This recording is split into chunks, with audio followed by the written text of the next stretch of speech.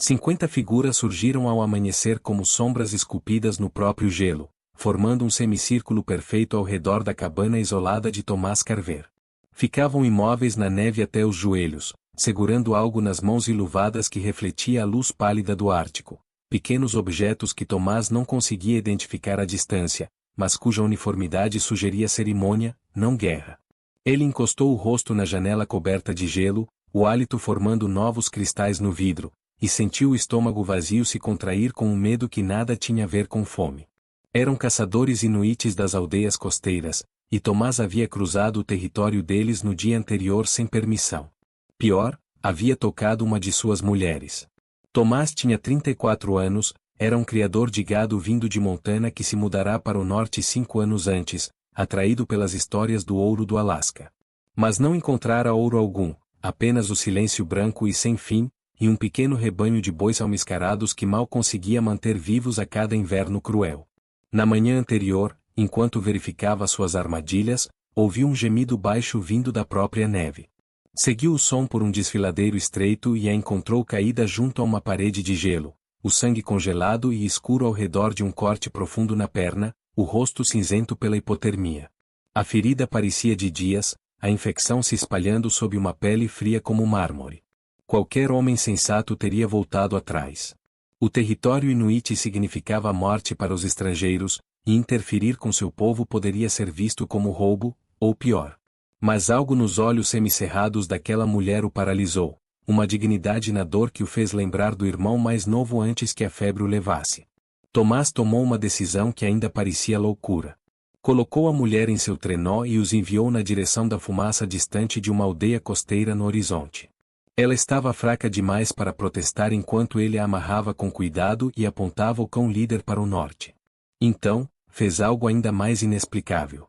Em vez de chamar os cães de volta quando achou que estavam a salvo, deu um tapa no flanco do líder e o soltou completamente. Leve-a para casa, sussurrou, vendo desaparecer na imensidão branca o seu único meio de transporte, junto de uma mulher cujo nome ele nem sabia. Por 18 horas caminhou de volta sob um frio tão intenso que seu hálito virava cristais antes mesmo de deixar sua boca. Agora, não tinha cães, nem trenó, quase nenhuma lenha, e 50 guerreiros inuites o observavam, segurando objetos misteriosos, com uma intensidade que fazia sua pele arrepiar. O guerreiro à frente, um homem idoso, com o rosto curtido como madeira levada pelo mar, levantou a mão. Os outros reagiram de imediato, mudando de posição sem dizer uma palavra, movendo-se com a precisão de lobo cercando a presa. Mas não avançaram. Apenas permaneceram ali, imóveis, segurando aqueles pequenos objetos que brilhavam na luz do amanhecer. Pela janela, Tomás pôde ver detalhes que apertaram sua garganta. Cada guerreiro vestia roupas tradicionais de caça, mas havia algo diferente. Tiras de pele branca costuradas nos ombros em padrões idênticos, símbolos que Tomás nunca tinha visto em 5 anos de trocas ocasionais. O líder começou a caminhar em direção à cabana, as botas rangendo sobre a crosta congelada da neve. Quando se aproximou, Tomás notou algo que lhe gelou o sangue. Do cinto do homem pendia uma pequena bolsa de couro com contas coloridas e, presa a ela, um amuleto de osso entalhado, algo assustadoramente familiar. Ele já tinha visto aquele estilo uma única vez, em uma pulseira que seu irmão usava, feita por uma mulher inuit com quem havia se aproximado antes de morrer. O padrão significava algo sobre dívida e honra, dissera seu irmão, obrigações que ultrapassavam qualquer língua. Mas ele morreu antes de explicar tudo. O guerreiro parou a poucos metros da porta e falou uma única palavra em Inuktitut, a voz carregada de uma estranha expectativa, como se Tomás devesse compreender algo essencial. Quando ele não respondeu, o homem repetiu a palavra e apontou para o peito de Tomás com uma reverência que não fazia sentido. Atrás dele, os outros 49 começaram um som grave e ritmado. Não era canto, nem lamento, parecia vir das profundezas da terra congelada. Tomás abriu a porta devagar, levantando as mãos. Não quero confusão, gritou, a voz trêmula. Ajudei sua mulher porque ela estava morrendo. Só isso. O guerreiro inclinou levemente a cabeça, como se Tomás tivesse dito algo interessante, mas incompleto. Enfiou a mão na bolsa e tirou um objeto que fez os joelhos de Tomás cederem. Era uma das coleiras de seus cães, a vermelha, feita por ele mesmo, mas agora transformada. Alguém havia costurado miçangas brancas e azuis em padrões que claramente tinham um significado. De trás da fileira de guerreiros, vozes femininas se ergueram em harmonia, claras e puras no ar gelado. Não era um canto de guerra. Aquela melodia soava como celebração, gratidão, e também luto. O guerreiro notou a confusão de Tomás e assentiu lentamente, então tirou outro objeto, uma pequena escultura de pedra branca, em forma de cachorro com a cabeça erguida para o céu. Ofereceu-a com as duas mãos, falando suavemente em sua língua, num tom cerimonial. Tomás olhou para a escultura. Aceitá-la parecia o mesmo que aceitar um pacto que não compreendia, mas recusar talvez fosse pior. Por fim, estendeu a mão e a pegou. No instante em que seus dedos tocaram a pedra, algo mudou no ar. O rosto do guerreiro se abriu num sorriso satisfeito, como se Tomás tivesse passado no primeiro teste de um ritual antigo. O homem se virou e gritou algo. Os outros 49 ergueram os objetos que carregavam.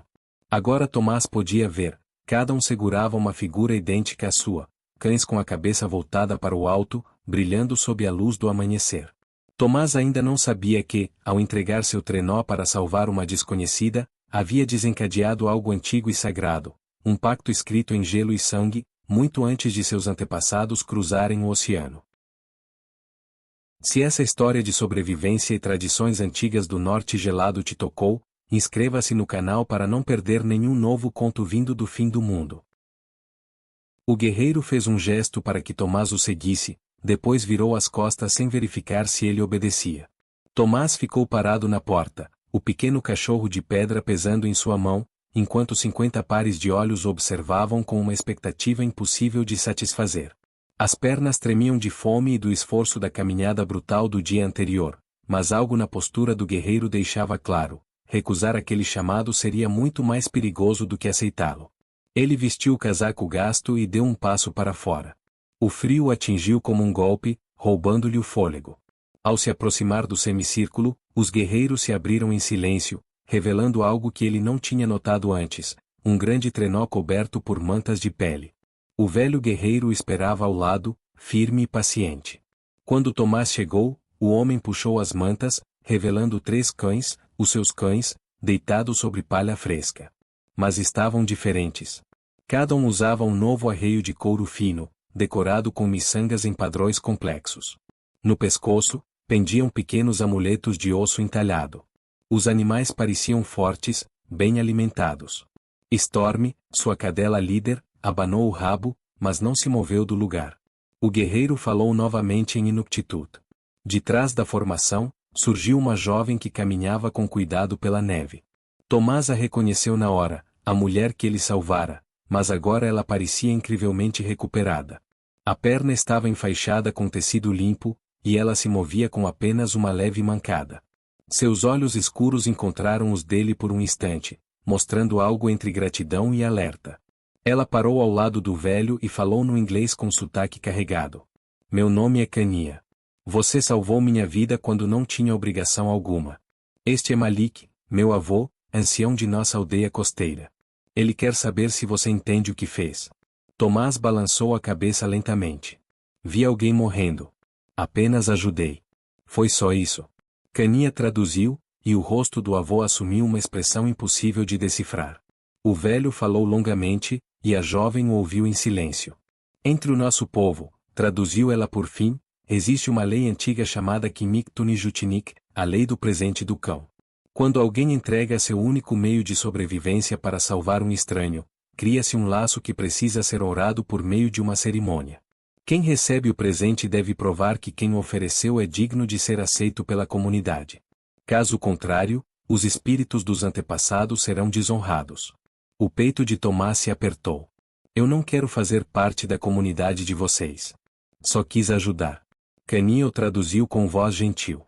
O avô a escutou e respondeu, grave. A lei não se importa com o que você quer, disse ela.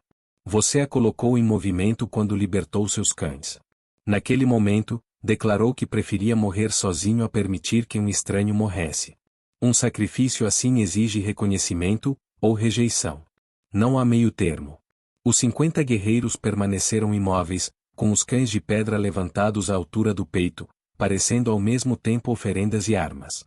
Malik enfiou a mão em uma bolsa de couro e tirou 5 flechas, cada uma com penas de uma cor diferente, vermelha, preta, branca, amarela e azul. As colocou com cuidado sobre a neve enquanto falava.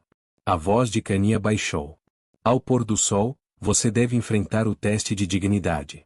5 voluntários de nossa aldeia se ofereceram para representá-lo. Você deve escolher uma flecha, e a pessoa que atirar enfrentará uma prova em seu nome. Se ela vencer, você será acolhido como irmão. Se falhar, será mandado embora de mãos vazias. Tomás olhou para as flechas. Que tipo de provas? Khania apontou uma por uma. A vermelha, atravessar os rápidos prateados à noite, onde a água é fria o bastante para parar um coração em segundos. A preta, entrar nas cavernas dos ursos e pegar uma pedra enquanto eles dormem. A branca, escalar o penhasco de gelo que matou 2 caçadores há 3 invernos. A amarela, caminhar sozinho até o território da tribo do Rio Cobre, eles mataram 4 dos nossos na última primavera, e voltar com uma prova de contato pacífico. A azul, ser selado dentro de um abrigo de gelo durante uma nevasca, com provisões para apenas um dia, e sobreviver por 3 noites até o resgate. Tomás sentiu o peso de uma escolha impossível. Ao redor do semicírculo, 5 pessoas se destacavam dos guerreiros: um rapaz de pouco mais de 20 anos, uma mulher de meia idade, um caçador idoso de mãos marcadas por cicatrizes, uma garota adolescente e um homem da idade de Tomás, com a esposa e 2 filhos pequenos atrás dele. Eram os voluntários. Pessoas dispostas a morrer porque ele havia mostrado compaixão. Eu não posso fazer isso, disse Tomás. Não posso escolher qual inocente vai morrer por algo que fiz por vontade própria. Malik ouviu a tradução e assentiu devagar. Falou novamente, e as palavras caíram pesadas no ar. Khania, com lágrimas nos olhos, traduziu. Meu avô diz que é por isso que a lei existe, para testar não só a coragem, mas o caráter. Muitos escolhem uma flecha imediatamente, achando aceitável que outro corra o risco. Mas há outro caminho. Você pode se recusar a escolher e enfrentar as 5 provas sozinho, em uma única noite. Ninguém jamais fez isso. Ninguém sobreviveu às 5. Seria morte certa. Os 50 guerreiros olhavam para Tomás, alguns com curiosidade, outros com pena. Ele fechou os olhos e lembrou as últimas palavras do irmão: proteger os inocentes vale qualquer preço. Quando os abriu, olhou direto para Malik. Não vou escolher nenhuma flecha. Se alguém precisa enfrentar essas provas por causa de uma vida que salvei, serei eu. Às 5. Esta noite. O silêncio cobriu o campo congelado. Então, lentamente, o rosto de Malik mudou, uma mistura de respeito e tristeza. Ele pronunciou uma frase, e os 50 guerreiros ergueram os cães de pedra acima da cabeça. De suas gargantas saiu um canto profundo e vibrante, que fez o chão tremer e subiu até o céu pálido. A voz de Khania tremia. Ele diz que nenhum homem, em toda a nossa história, se ofereceu para enfrentar as 5 provas sozinho. Essa disposição de morrer para não causar sofrimento prova que você já entende o que significa sobreviver no norte. Mas algo em seu tom deixava claro que o teste estava longe de terminar, e que o preço que Tomás pagaria apenas começava a se revelar. O canto cresceu à medida que o sol subia, e Tomás compreendeu que, ao cair da noite, estaria morto, ou transformado em algo que ainda não conseguia imaginar.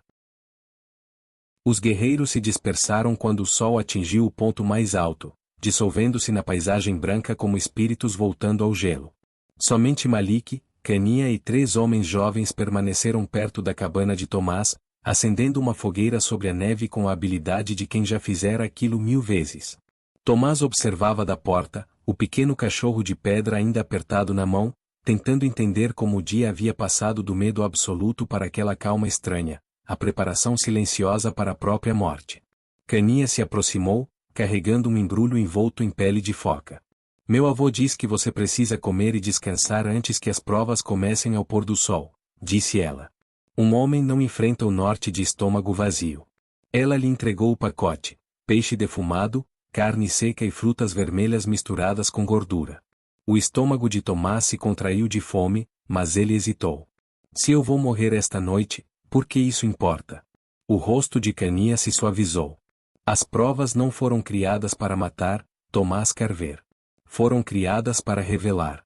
Meu avô acredita que os espíritos o trouxeram até mim por um motivo. Ela fez uma pausa e olhou de relance para Malik, sentado junto ao fogo. Mas há algo que a lei não exige que eu diga. Tomás abriu o pacote lentamente. O quê? Ela se ajoelhou ao lado dele e falou em voz baixa. As 5 provas só foram usadas 7 vezes em toda a nossa história. 6 vezes, a pessoa escolheu uma flecha e um voluntário enfrentou uma única prova. 4 sobreviveram. 2 morreram. Mas 40 anos atrás, um homem tentou o que você está prestes a fazer. O nome dele era Nanô. Ele era Inuit, criado em nossas tradições, treinado desde criança para sobreviver no Ártico. Ela olhou para o horizonte, onde o sol já começava a descer. Ele completou 3 provas, os rápidos prateados, a caverna do urso e o penhasco de gelo. Na 4ª, foi morto pelos batedores da tribo do Rio Cobre. Seu corpo nunca foi recuperado. Meu avô estava lá. Diz que os gritos de Nanô ainda o visitam nos sonhos. Tomás sentiu o peso das palavras. Você está dizendo que eu não tenho chance alguma. Cania sustentou o olhar dele. Estou dizendo que nem mesmo o nosso caçador mais forte sobreviveu a 5. Mas meu avô acredita que você é diferente. Ele viu algo nos seus olhos quando decidiu enfrentá-la sozinho. Ele chama isso de Sila Nirnik, o sopro do sábio. Significa entender que sobreviver não é sobre força, e sim sobre harmonia com forças maiores do que você. Do fogo, Malik chamou-os. Cania se levantou rapidamente. Coma. Descanse. Ao pôr do sol, começaremos. Tomás se obrigou a comer tudo, depois se deitou na cama de madeira, observando os desenhos de gelo no teto. O sono envolveu como água escura. Sonhou com o irmão, de pé num campo nevado de Montana que se transformava em tundra ártica. O irmão segurava um cachorro de pedra. Algumas dívidas só podem ser pagas adiante, disse ele. Você deu tudo para salvá-la. Agora eles tentam devolver tudo a você. Mas antes, precisa provar que entende a troca. Tomás acordou com Cania balançando seu ombro. Do lado de fora, o sol já tocava o horizonte. É hora, disse ela. Quando saiu, os 50 guerreiros haviam retornado, formando um grande círculo. No centro, Malik segurava uma tocha acesa. As 5 flechas estavam novamente dispostas na neve, mas agora ao lado delas havia 5 objetos: uma corda, uma faca de caça, uma lamparina de óleo de foca, um pano branco e uma pequena bolsa de couro. Malik falou, e Cania traduziu. Estes são os objetos que você pode levar. Escolha com sabedoria, pois não poderá voltar para buscar o que deixar. As provas devem ser cumpridas nesta ordem: os rápidos, a caverna, o penhasco, o território inimigo e, por fim, o abrigo de gelo. Tomás analisou os objetos. A corda serviria para escalar. A faca seria útil. Mas a lamparina parecia inútil, e ele não conseguia imaginar para que serviriam o pano branco ou a bolsa. Ele se abaixou para pegar a corda e a faca, mas parou. Lembrou-se das palavras de Cania: harmonia com forças maiores que você. Retirou a mão e pegou apenas a lamparina e o pano branco. Os guerreiros murmuraram, surpresos. As sobrancelhas de Malik se ergueram. Por que escolhe a luz em vez da força? Tomás respondeu com instinto. Porque a força não ajuda se eu não posso ver o caminho. E, às vezes, render-se é mais sábio do que lutar. O rosto do velho se abriu num sorriso, o primeiro que Tomás via. Ele falou depressa, e Cania traduziu, surpresa. Meu avô diz que você acaba de demonstrar compreender mais do que Nanô jamais entendeu. Nanô escolheu a corda, a faca e a bolsa. Tentou vencer cada prova com força. Nunca compreendeu que o norte não pode ser conquistado, apenas respeitado. Um dos 3 jovens deu um passo à frente. Tinha uns 25 anos, uma cicatriz na face e olhos inteligentes. Falou com Malik, apontando para Tomás. O ancião assentiu, e Cania traduziu. Este é Tulok, meu primo. Ele pede permissão para guiá-lo até o local da primeira prova. Tomás o encarou. Por que você me ajudaria? Tulok respondeu no inglês vacilante. Por que escolheu morrer em vez de ferir outros? Porque Cania é minha família. Você deu a ela a vida. Eu lhe dou uma chance. O sol tocou o horizonte e Malik ergueu a tocha. Os 50 guerreiros iniciaram novamente o canto grave, e Tomás sentiu o som vibrar dentro do peito, como se o próprio coração o acompanhasse. Tulok apontou para o norte. Os rápidos prateados ficam a 3 milhas. Precisamos chegar antes da noite. Enquanto caminhavam pela neve, Tomás apertava a lamparina e o pano branco, torcendo para que o instinto estivesse certo. Atrás deles, o canto dos guerreiros se espalhava como o vento. E Tomás sentia que não caminhava em direção a provas feitas por homens, mas a algo muito mais antigo, uma conversa com o próprio norte, e o preço que ele cobraria por tentar compreender sua linguagem. Os rápidos prateados surgiram no crepúsculo como uma ferida aberta no gelo, 100 metros de água negra rugindo entre margens congeladas, blocos de gelo girando na corrente como dentes afiados. O som era ensurdecedor, e o vapor congelava no rosto de Tomás assim que tocava o ar. Tulok apontou para um trecho estreito onde a corrente se afunilava. Ali, disse ele. É ali que você deve cruzar. O gelo se move rápido. Um erro, e você morre em segundos. Tomás olhou para a água escura e turbulenta. Na outra margem, quase invisível, havia uma pequena escultura de pedra, um cachorro, sobre uma rocha plana. Tulok observava atentamente. Nanoa tentou pular de um bloco para outro. Conseguiu chegar até o meio, antes que o gelo esmagasse sua perna. Tomás olhou para o pano branco em suas mãos e compreendeu. O pano não é um sinal de rendição, é para que me vejam. Ele amarrou o tecido no peito, como uma faixa branca sobre o frio, e acendeu a lamparina de óleo de foca. Caminhou rio acima, até onde um enorme tronco caído se estendia parcialmente sobre os rápidos, parando a uns 6 metros da água. Percebeu que a corrente empurrava os blocos de gelo num padrão. Por breves instantes, eles se alinhavam, formando uma ponte passageira. Tomás subiu no tronco, segurando a lamparina com cuidado. A casca coberta de gelo era traiçoeira. Atrás dele, Tulok começou a entoar o canto grave dos guerreiros. Tomás chegou à ponta do tronco e se agachou, observando o movimento da água. Quando o momento certo chegou, ele saltou. O primeiro bloco se inclinou perigosamente, mas ele já pulava para o segundo, depois o terceiro. O pano branco tremulava atrás dele, e a chama da lamparina, milagrosamente, continuava acesa. O último bloco o levou perto bastante para saltar até a margem oposta. O canto de Tulok terminou em um grito. Tomás pegou o cachorro de pedra e o ergueu no alto, depois se virou para voltar. Mas o padrão havia mudado, o gelo agora se movia mais rápido, mais violento. Não havia passagem segura. Ele se sentou na margem congelada e esperou, observando. 20 minutos se passaram até que ele percebeu, não havia um padrão no gelo, mas sim na água entre os blocos. A cada poucos minutos, a corrente criava um redemoinho momentâneo, abrindo um corredor estreito. Quando o próximo redemoinho surgiu, Tomás enrolou o pano branco em torno do cachorro de pedra e o amarrou ao cinto. Entrou na água até o peito, arfando de frio. Mas o redemoinho o empurrou na direção certa, levando de volta à margem. Tulok correu e entrou na água, agarrando o braço dele e puxando para fora, segundos antes de os blocos colidirem no lugar onde ele estivera. A caverna fica a 1 milha a leste, disse Tulok, envolvendo-o em peles. Mas você está congelando. Tomás tremia tanto que mal conseguia falar. Eu preciso continuar.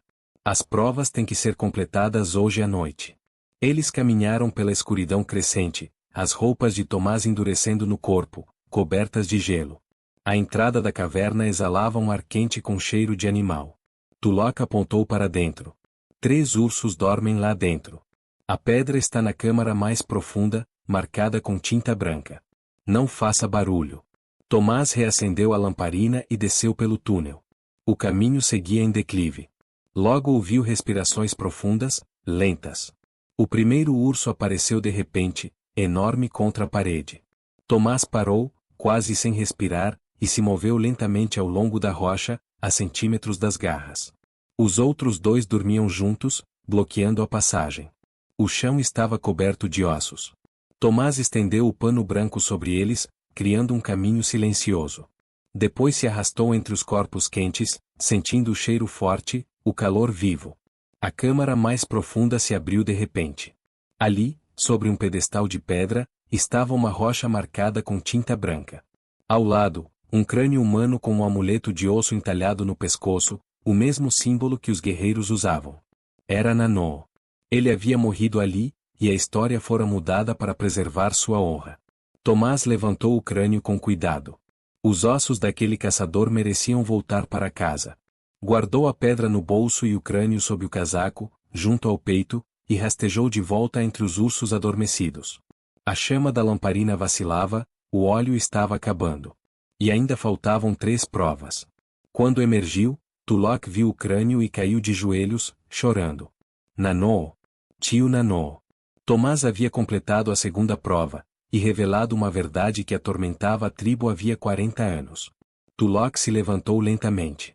O penhasco de gelo fica perto. Mas meu avô me deu permissão para lhe dizer uma coisa: se completar 3 provas, pode parar. A lei estará satisfeita. Tomás olhou para o crânio de Nanoo. Se eu parar em 3, o fracasso dele será o fim da história. Mas se eu terminar o que ele começou, ele será lembrado como aquele que abriu o caminho. O rosto de Tulloch se encheu de respeito. Então, vamos escalar. O penhasco de gelo se erguia a mais de 60 metros, reluzente como vidro sob o luar. No topo, outro cachorro de pedra o aguardava. Tomás amarrou o pano branco à cintura e começou a subir. A lamparina estava vazia, inútil. O gelo não oferecia apoio, e 2 vezes ele escorregou, segurando-se com os dedos congelados em pequenas fendas. Na metade do caminho, viu palavras gravadas no gelo. Tulloch gritou lá de baixo. Está escrito: o norte não perdoa, mas se lembra. Nanoo gravou isso antes de tentar a 4ª prova. Tomás encostou a testa na parede gelada, sentindo a presença do caçador morto. Depois continuou subindo, até que sua mão tocou o cachorro de pedra no topo. Mas, ao erguer os olhos, viu algo que lhe gelou o sangue. Ao longe, iluminadas pela luz das estrelas, dezenas de tochas se moviam sobre a tundra congelada, em direção à aldeia de Tulloch. Muitas tochas. Em formação. A tribo do Rio Cobre. E eles não vinham em paz. 3 meses depois da chegada dos Trinós, Tomás Carver estava parado diante da janela de sua cabana, observando as luzes do norte dançarem sobre o céu ártico, fitas de verde e violeta cruzando o firmamento congelado. O julgamento em Fairbanks durará 6 semanas. Tomás testemunhou por 3 dias, e o diário manchado de sangue foi apresentado como prova incontestável. Os capangas de Decker se voltaram uns contra os outros. 17 assassinatos. Centenas de salários roubados. Uma conspiração que se estendia até Seattle. Decker foi condenado à prisão perpétua. A Companhia de Mineração do Estreito de Bering foi dissolvida. As 17 famílias, enfim, tiveram respostas. Enfim, tiveram justiça, depois de 8 anos de silêncio. Mas a justiça sempre cobra seu preço. Os outros caçadores brancos evitaram seu olhar durante meses.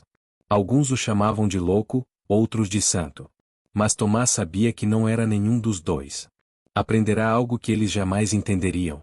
No norte, o heroísmo não está em vencer, está em resistir sem perder a alma.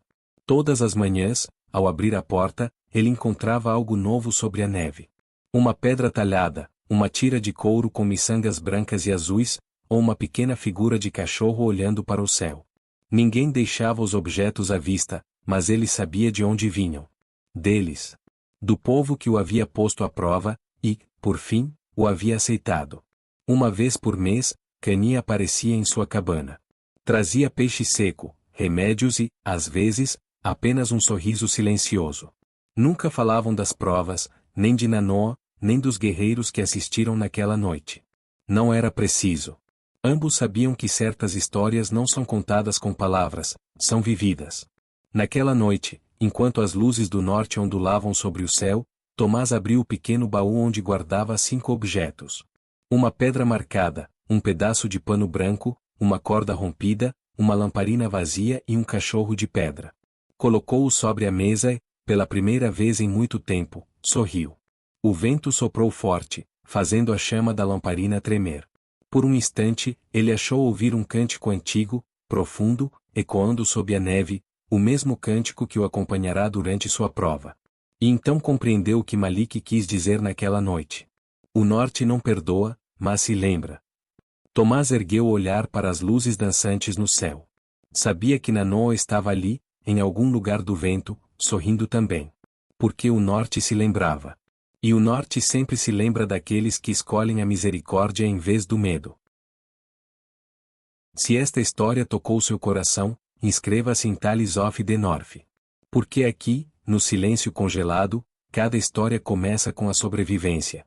E termina com a redenção que todos buscamos quando as luzes do norte nos guiam de volta para casa.